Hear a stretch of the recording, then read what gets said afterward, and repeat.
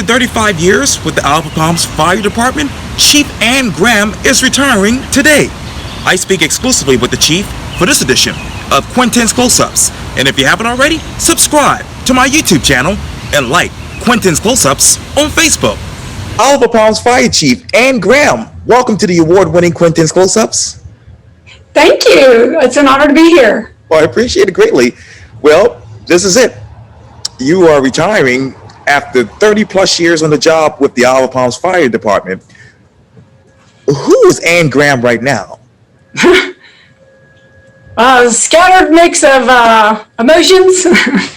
I feel good about where the department's at. I feel good about the changes we made. I feel strongly about the people who are left behind. I feel good about the future. I feel like the department's in a really good place. And I'm really proud of some of our accomplishments.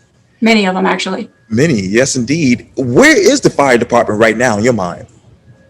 The fire department, it's always going to be tough anytime someone who's been in a position for a long time leaves, especially a department head, a fire chief, a police chief, an EMS supervisor, because the fear of the unknown. Is it going to be somebody from the outside, somebody from the inside? What are they going to do? What kind of changes? And so there's always that. But we have a very solid team of officers who are committed to making this work. And the interview processes begin on Friday the 8th, and that'll be round 2. And hopefully by the end of January, beginning of February, they'll be able to select the next fire chief.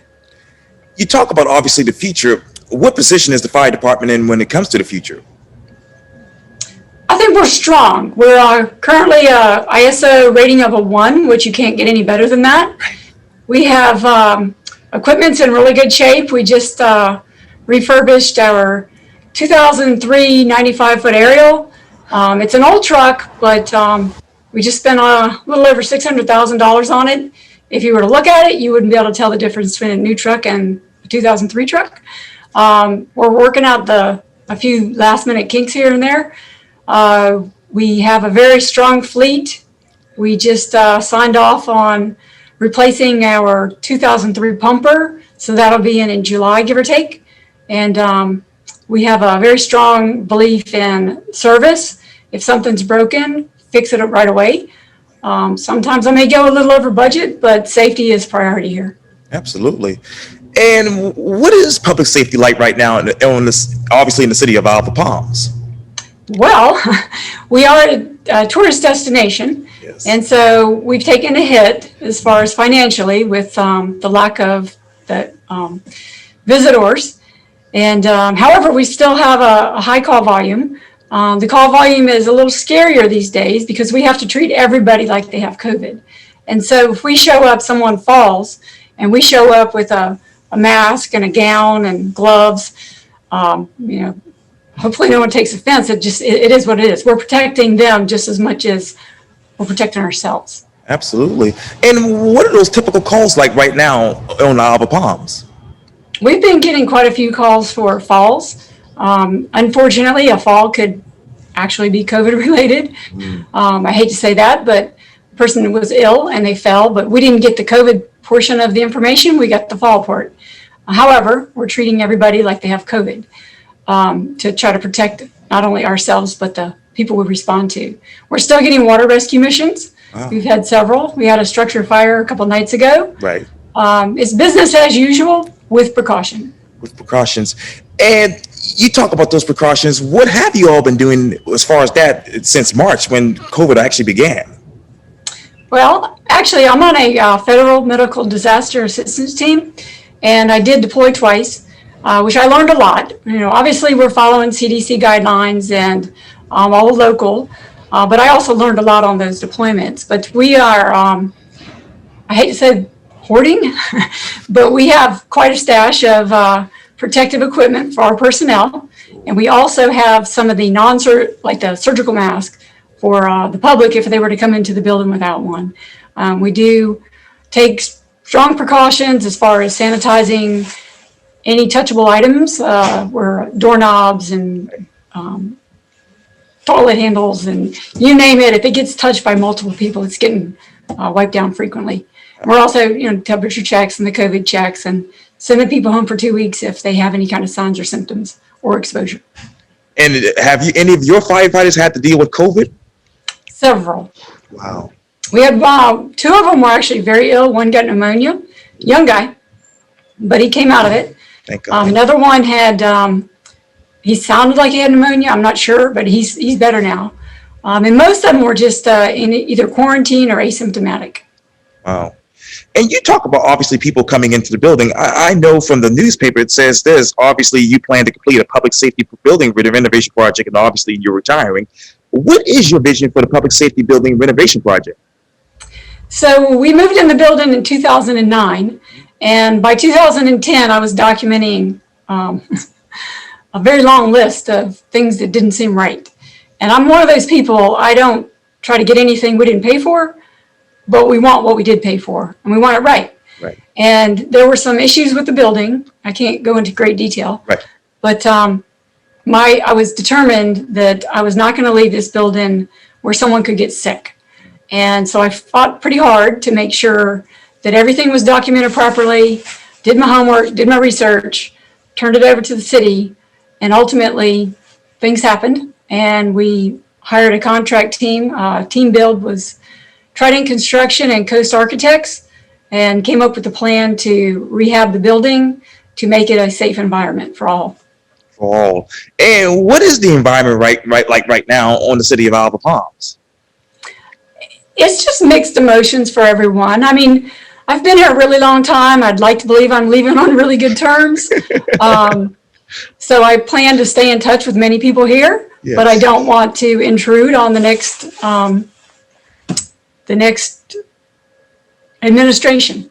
And but everybody wants to know, what's going to happen, when's it going to happen, who's it going to be, what are they going to do, what the change is, how's it going to affect me? Are they going to look out for me? And so that there is going to be a huge change, but hopefully a good one. Good one. And how have you been able to look out for your firefighters over the years? Well, that's one thing I take great pride in. I feel that I have always put my personnel above my own needs, whether it be pay, safety aspects. I could have bailed out of this building 10 years ago, no problem. But I couldn't do that to my people. There was a problem and needed to be fixed, and I did not feel in good faith that I could walk out the door without this project being completed.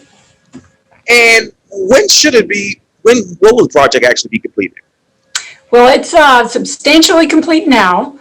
We have a few touch-up items here and there. We're going to add flood doors to the front. Wow. But other than that, it's just really punch list items. So the building is considered complete with a few minor touch-ups here and there. And what punch list items are going to go for a while. Wow. And what are those punch list items? It could be that there's a nick in the wall and it needs to get touched up and painted. The flood door is not a touch-up item, but the flood door being installed on the front, that was something that I felt strongly about.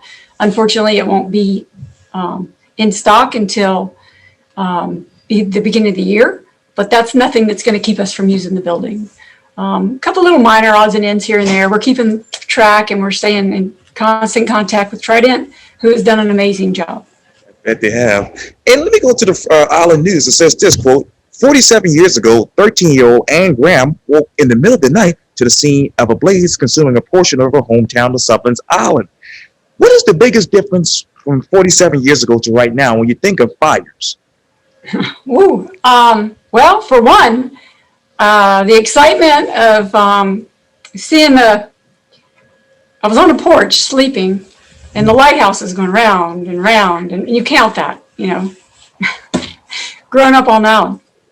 So it was my grandma's porch, and I'm watching the lighthouse go around. All of a sudden, everything just started glowing orange and red, and the sirens and the crackling and the noises that go along with the fire. So of course I had to go outside and find out what's going on. I went over the next day and helped clean up some of the debris, which back then, today nobody would have let you do that. But back then they were glad to have the help. So that was when I was 13. When I was about 19, my neighbor actually died in a house fire. And I went over she was in respiratory arrest, and I wanted to help. And there was one nurse doing CPR, and I said, I know CPR, can I help? And I wasn't allowed to. And that just put a fire in me that you cannot imagine. And so I immediately went down to the fire station on Sullivan's Island to join the fire department. And I'll spare you the details, but that guy did not want me. So when the new fire chief came along, I asked if I could join the volunteers, and he said, I'll take all the help I can get, but you have to get voted in. But I decided that night, when my neighbor died in a house fire and I wasn't allowed to help, that I was going to try to put myself in a position where nobody could ever tell me no again, that I was not allowed to help someone. I grew up helping kittens and puppies and birds, and, I became a foster parent. I like helping people. Yes, indeed. That did not set well with me. Wow, I don't blame you. And how did you strengthen your position with the particular fire department on Sullivan's Island to make sure that nobody came to you and said anything or pushed you aside? Once I finally got in? Yes, ma'am. Well, I am one to keep my mouth shut unless it's an emergency. Believe it or not, I do believe strongly if something's wrong, do the research, do the documentation, get it fixed. I was never one to complain. I just did my job. And so I was sent to the fire academy, got all my classes knocked out, and came back as a certified firefighter. And I just always was one to do my job, listen, and learn. Yes, if ma'am. I'm able to do something, I tell people, the people that like to brag, if you're able to do something better than someone else, you don't need to say a word. It's people who brag about what they do or what they can do, they're usually, it doesn't set well with a lot of people. And so my advice to anyone joining the fire service, whatever experience you have from the past, if you're half as great as you think you are, people will see it. You do not need to brag. Absolutely. Do not ever put someone else down to make yourself look good. That's right. That's exactly right. And you talk about conversations. It says this too, quote, following the fire on Sullivan's Island in 1973, Graham's interest in the firefighting snowballed. Conversations with paramedics and firefighters outside the station at her bus stop, coupled with overheard radio calls for emergency teams, piqued her interest in what developed into a long-term career in firefighting and first aid. What are your conversations like with first aid responders right now? Well, I must go back to that. So my bus stop, my friends lived across the street from the fire station. That was the bus stop. So I'd either get off the bus at their bus stop and walk home, or I'd walk down there and catch the bus. But we became friends with the paramedics and the firefighters, and they were teaching us first aid and talking to us about their career. And they did. I got my CPR certification while I was in high school. I was very interested in becoming an EMT. Obviously, joining a fire department back then was a little harder than it is now, if you get my drift. Right. And anyway, so I think all in all, things have, the equipment's different, attitudes are different. It used to be everybody came in, they took a lot of pride in whatever it was, and there was training every single day. We shined the bumper, we swept the floor, we scrubbed the toilets. Nothing was beneath us. We did it all. Right. And times have changed, and I think you asked me about medical, but in general, things have just changed generationally, I believe. And so, but the pride must stay. Must stay. And what is the attitude like with the average, firefighter these days? Some people, it's just a paycheck, and those ones don't usually last long. Right. A lot of people that end up becoming a longtime firefighter has some kind of history. Their father, the grandfather. Very few times do we hear my mom. My son became a firefighter, and I told him, Right. You keep your mouth shut.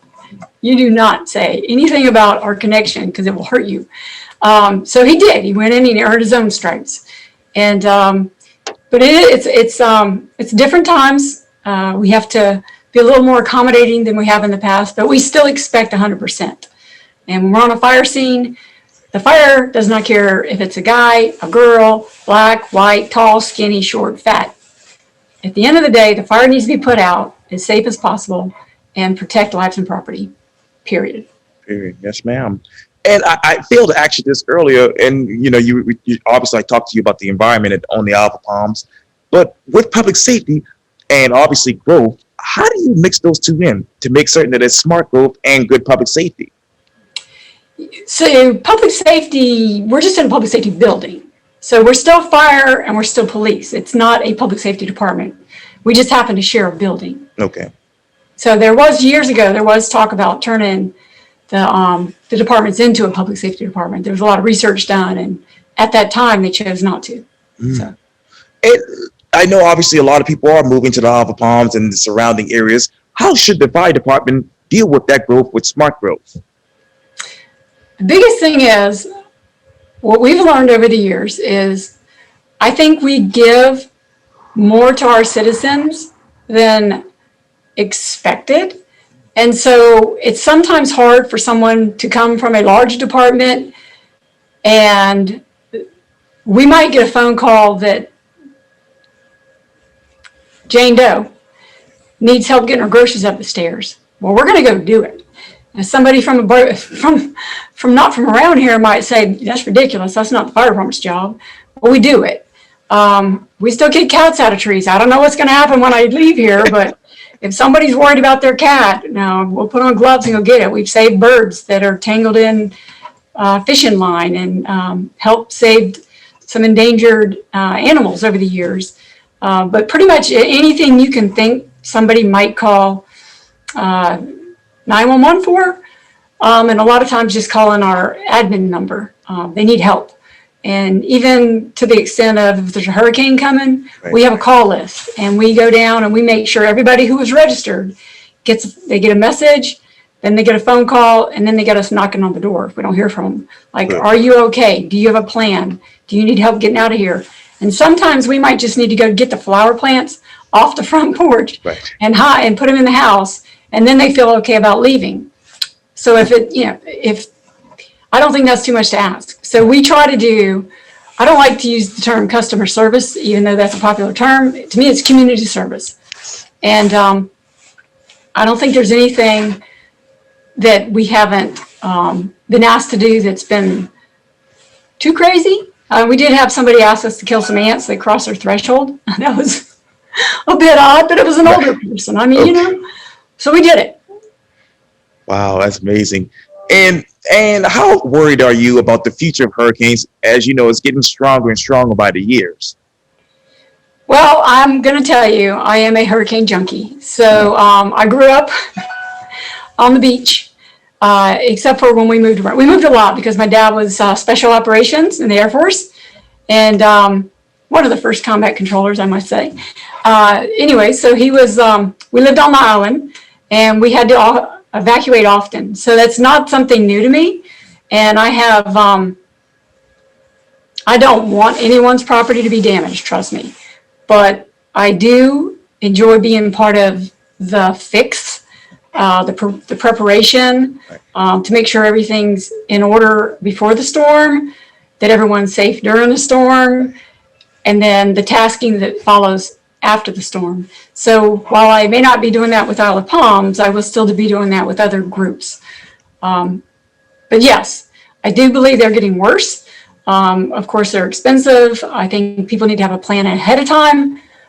It's just not something you can wait till the last minute to do. And some people will say, well, I've lived here so many years and it's not going to affect me. Well, I can tell you by the look in the people's eyes who I've seen personally, after Hugo, Katrina, and Hurricane Andrew, where they'll tell you, I didn't think it was going to be this bad. And they were just still in a look of shock and said, I will never, ever stay again. So while you may have been lucky the last time, don't count on being lucky next time. That's right. Exactly right. And you've gotten so many, obviously, calls as in your tenure in the fire department as chief. What call has actually changed your life personally? Oh my God. There's been a lot that come to my mind, and some of them had a great outcome, and some of them had a terrible outcome. And I think of a lot of those often. But the one that I think I remember like yesterday, there was a white car on the Isle of Palms connector, did a U-turn and was T-boned. And a young girl, I can't say names, was ejected out the back. She had glass in her trachea. We did not expect her to live. It was a horrible situation. I recently saw a picture of the car. It's amazing anybody survived that. There was almost like a power struggle of where to put the helicopter. And so there was someone saying, let's land the helicopter in the intersection on Isle of Palms. Somebody else is saying, let's land the helicopter at the intersection of Rifle Range and the connector. And I said, land the damn thing on the bridge. And so they landed it on the bridge, and the paramedics were able to have easier access. And he told us how badly she was. I mean, she was in really bad shape. She was full of glass, and they saved her life. And I got a phone call from her mother on her 16th birthday, letting us know that she was doing well. Wow. And I will never forget that. Yeah, thank God she's alive and doing well. What got you from a 35-year career to now saying, I'm retired? Well, I think it's time to let somebody with some new ideas come in. I'm not saying mine have been terrible, but I do think that it's time for a change. I am involved with quite a few things outside the fire department. My dad is getting up there in age. I missed a lot of time with my children. They now have children. Wow. And so I feel like I need to make up some lost time for the guilt of not being around for my kids. Also with my dad, and then my brother's not doing well either. But at the end of the day, there are some limit. You know, we're expected to do the same job as a firefighter, and that includes carrying and hauling around 100 pounds and picking it up and lugging it, and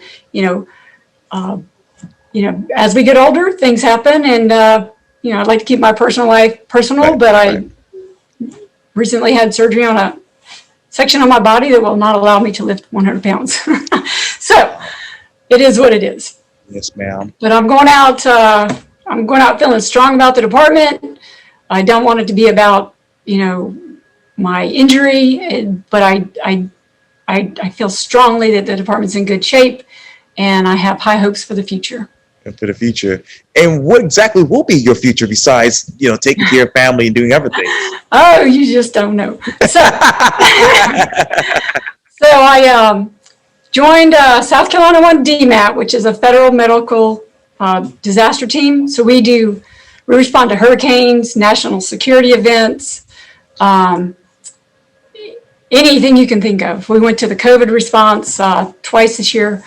And I went to when the Pope came to town in Philadelphia. I was there and got a picture of him waving. And anyways, I joined the Coast Guard Auxiliary. Most of this has been, very few things have actually intertwined to affect my ability to be here.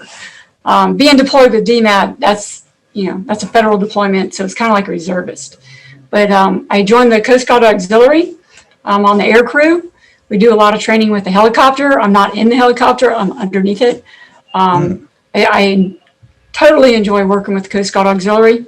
I was doing radio watch standing up until a couple of years ago when we got really, really busy here, and I would like to get back to that. I'm a member of South Carolina State Guard. Yes. And I recently re-upped for Team Rubicon, which is a veteran-led organization. It's all volunteers. They do disaster response. And recently, a friend of mine started an organization, Operation Enduring Honor, and that's building picnic tables for handicapped vets. So we've already built 6 here, I believe, and 4 of those have been distributed, and they're dedicated to a vet. And they're being placed around South Carolina. The first 2 went to Patriots Point. Yes. One went to the beach club for the Citadel on Isle of Palms, and one's at Sullivan's Island Playground with my dad's name on it. And fortunately, for about the last 6 years, I've been a little elf on the shelf helping out with Toys for Tots. And I've been assured that next year I'm going to get to help out more. I'll have more time to do that. Oh, yes. And we love a great group of people. So I'm not planning on sitting around. We're doing a lot of camping. I have a camping friends from my DMAT team, and then our family camping trips. And sometimes we combine forces, so it's a good time. It's a good I time. will miss everyone here, and I'm going to miss the excitement. I'm going to miss my radio. I'm going to miss being in the know. Yes. But I'm hoping that I'm going to, be able to continue in whatever capacity to help wherever I can. And lastly, what should people know when they look back at your legacy? I don't want anybody to ever second. Now, there's always going to be, if everybody loved you, you're not doing your job. So obviously, there are some people over the years who, for whatever reason, may have a bone to chew. But, you have to, sometimes if you do things, you have to suffer consequences. Doesn't mean I did anything wrong. I can look in the mirror and say, I do honest to God believe that I've done everything in my power to keep my people safe. And I want people to know that. Like, whoever takes my place, if they don't put the personnel ahead of their own needs, I might have to come back and home.